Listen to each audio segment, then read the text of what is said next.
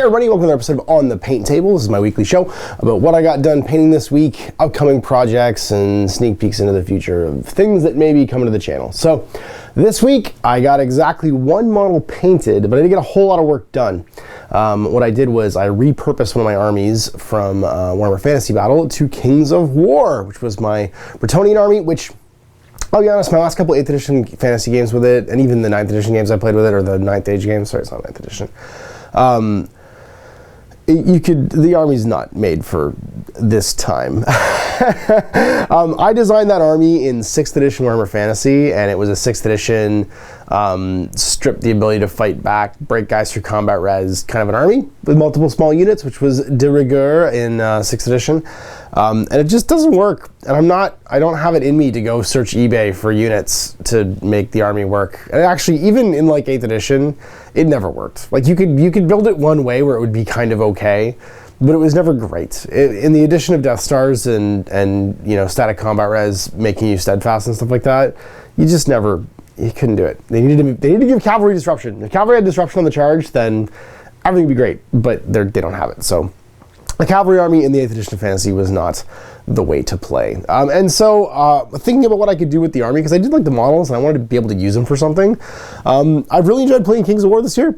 I've enjoyed playing with my Ogre army. It's been a lot of fun. And I wanted to start a new Kings of War army, and I thought what better way to get a head start on that in the new year and bring you guys some coverage of Kings of War with some new armies in it, than to convert this over into a Brotherhood army. Now the Brotherhood's basically the cavalry army for Kings of War. You could play them as the Empire of Man, as well, but it makes more, or sorry, what's the other one? Basileia, the Basileans, or Basilians as I call them. But really, the Brotherhood is the army this is supposed to be. So that's what it was. I built some bases.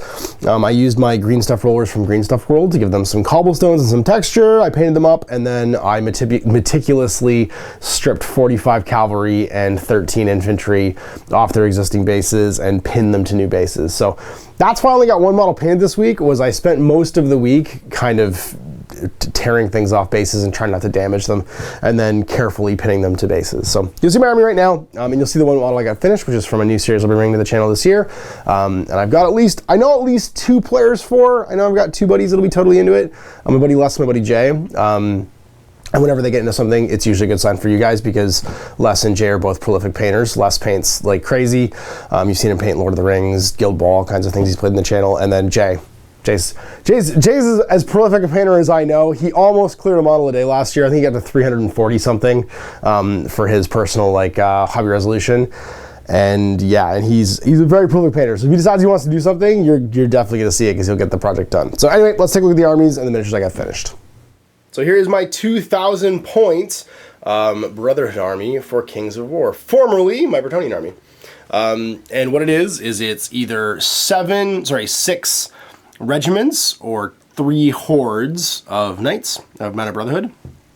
You can see here, I've just used my old regimental color coding, and what's cool about Kings of War is that you have a non-fluid, non-fixed model count per stand. So a regiment is a size of template, and then you have between 6 and 10 models on that template, and that constitutes a regiment. Because there's no model removal for casualties.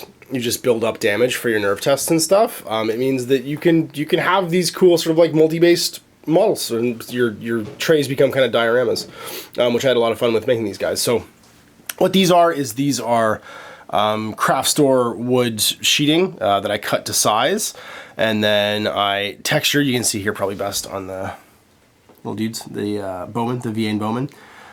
They've got the cobblestone roller from Green Stuff Mats, Green Stuff World, Green Stuff Mats. I don't want to say Green Stuff Mats because it's kind of a mat, I guess. And then these flowers are from Gamer Grass. And they've made some basically matching stuff. I didn't want them to be entirely like my ogres, so if I show you my ogre regiments, I'll show you an ogre regiment just to I wanted them to be able to be fielded together, because the ogres are neutral, which means I can actually use them in a Brotherhood army, but I didn't want them to be exactly the same. So I didn't use the rocks this time, I used the cobbles instead, and that way it's kind of a variation on a theme. So they'll look the same on the table, they'll definitely go together, but there's a sort of a difference in my basing for my ogres and my basing for my Brotherhood. And this is 2,000 points. I'm actually playing a game with it on the weekend. On Sunday, I'm playing my buddy Mike. He's going to bring his newly finished Kings of War Dwarf army to play against my Brotherhood. So you'll see that coming up relatively soon. And yeah, it's exactly 2,000 points. I've got an Exemplar. Sorry, was it a Brotherhood Redeemer? It's like the big general guy. An Adjutant with the banner. And then a Devoted, which is the Sorcerer equivalent. I've got a regiment of Vienna Bowmen. I've got, like I said, 6 regiments of Mounted Brotherhood, and then Vienna Initiates, which are my, the light, basically, like, student knights. They haven't earned their face plates yet, which is what my guys have. You can see I've used all the old elf bowman heads to give them kind of, like, Arthurian face masks, as opposed to, it's almost Roman, I guess, or Greek face masks, as opposed to having helms, because my guys are all supposed to be hedge knights. They're not Richie rich knights. They're an order of like knights that are all in it because they believe, not in it because they're rich. And that's it. So there's my 2,000 points of Brotherhood, rebased, ready to rock and roll for this weekend. And here's my one model I painted this week for Warhammer Legends of the Old West. I'm finally getting around to my Throwback Thursday series on Legends of the Old West, which is one of my favorite games Warhammer Historical ever did, and is basically exactly what you think it is. It's a warband skirmish game for playing posses and gangs in the Old West. The initial book has cowboys, lawmen, and outlaws in it, and that's what we'll be starting the campaign with. And this guy's name is Roland. And if I told you guys that the man in black walked into the desert and the gunslinger followed, then that should give you an idea of the theme for my campaign. This was probably one of my favorite Black Scorpion miniatures ever produced. And yeah, and I wanted to be my gunslinger. He's not a gunslinger. He's actually a marshal, or a sheriff in lawman terms. This is my lawman gang. And I've got some stuff on the go to pad it out, but he's the first miniature I wanted to paint because I've had him primed in a box forever. I bought him with the intention of painting him as Roland, and now I have. And here's the rest of my starting lawman posse. We got Court here with his shotgun and his just 6-shooter. And then a variety of other guys whose names I will reveal over time. But this will be my other, these are both deputies. These are both going to be vigilantes, and then this is going to be a concerned citizen on horse. And that's relatively close to $200, which is a starting warband for Legend of the Old West. And then I got a pile of scenery to paint. Les was clearing out his basement, and actually that was what catalyzed this. Les was clearing out his basement and had this huge like bin of Old West terrain that he was like, I'm getting rid of this. And I was like, okay. I just grabbed it off him. So I'm going to paint it up, and he's going to play in our campaign too. And yeah, so I'm just gonna do a couple pieces at a time. I'm not gonna go like Frostgrave crazy where I try and do a whole table at once, because the nice thing about Old West is a few buildings and some natural terrain, and you've basically got the Old West, because it's not like every game was gonna be in a town. There'll be shootouts, you know, in like just the plains and in the bush and stuff like that too. And that's where the variety of our games will probably start, is in the middle of nowhere. I really do want to do some crazy ideas. If you guys got the reference to what I just said, then that means that our games could literally take place anywhere. Anyway, you'll see more about these guys in the coming weeks. I'm going to try and get them done over the course of this weekend, if at all possible.